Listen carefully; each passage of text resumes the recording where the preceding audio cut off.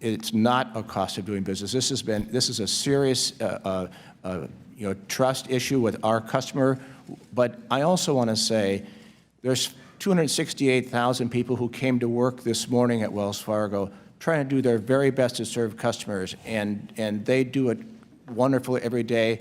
And I don't want our culture to be defined by these mistakes, and we take accountability. I understand that, Mr. Stump, but it appears to be a little late, and particularly when you get caught doing it 5 years ago, you get caught doing it once again. Here to talk about the continued fallout from all of this are Time Assistant Managing Editor Rana Foroohar and Fortune's Associate Editor Ann Vandermeer. And fielding questions from all of our Facebook viewers, Rafael Garcia. Hi, Rafael. We'll be checking in with him throughout the show, so be sure to send your questions and comments in his direction. We want to hear from you. Okay, so he says it's not about the culture, Rana.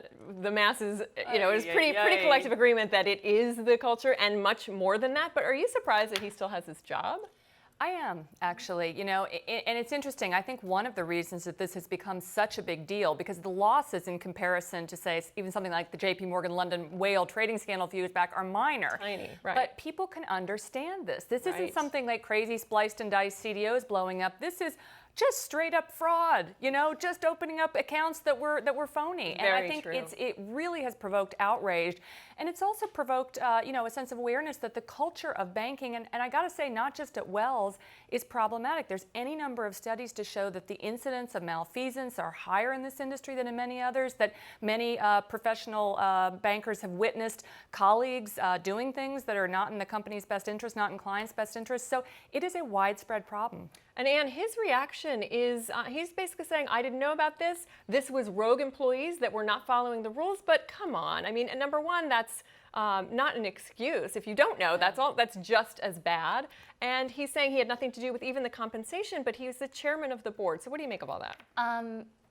First of all, you can't have 5,300 rogue employees. That's crazy. Statistically impossible. Yeah, and he said in the video that he didn't want this to define his culture, but it certainly already has defined the culture.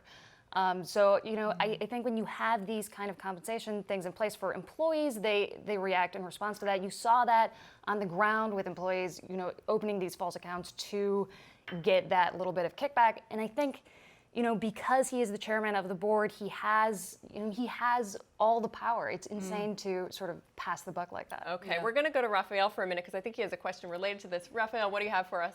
Yeah, so obviously a lot of people are pissed off about this. So people are saying, what's going to happen next to the bank? Where was the board during all of this? That's a great question. I mean, Ann, you brought up the board, but Rana, is there serious board issues here? Is this huge? I mean, this is an absolute absence of corporate governance, and I think it also underscores something that a lot of banks are facing, which is real pressure for profit margins right now. So if you look at the last 8 years, a lot of money has gone out of trading because of Dodd-Frank. It's gotten tougher to make a profit in that business. Banks that were once making double-digit profits have gone down to single. There is pressure on the boards too.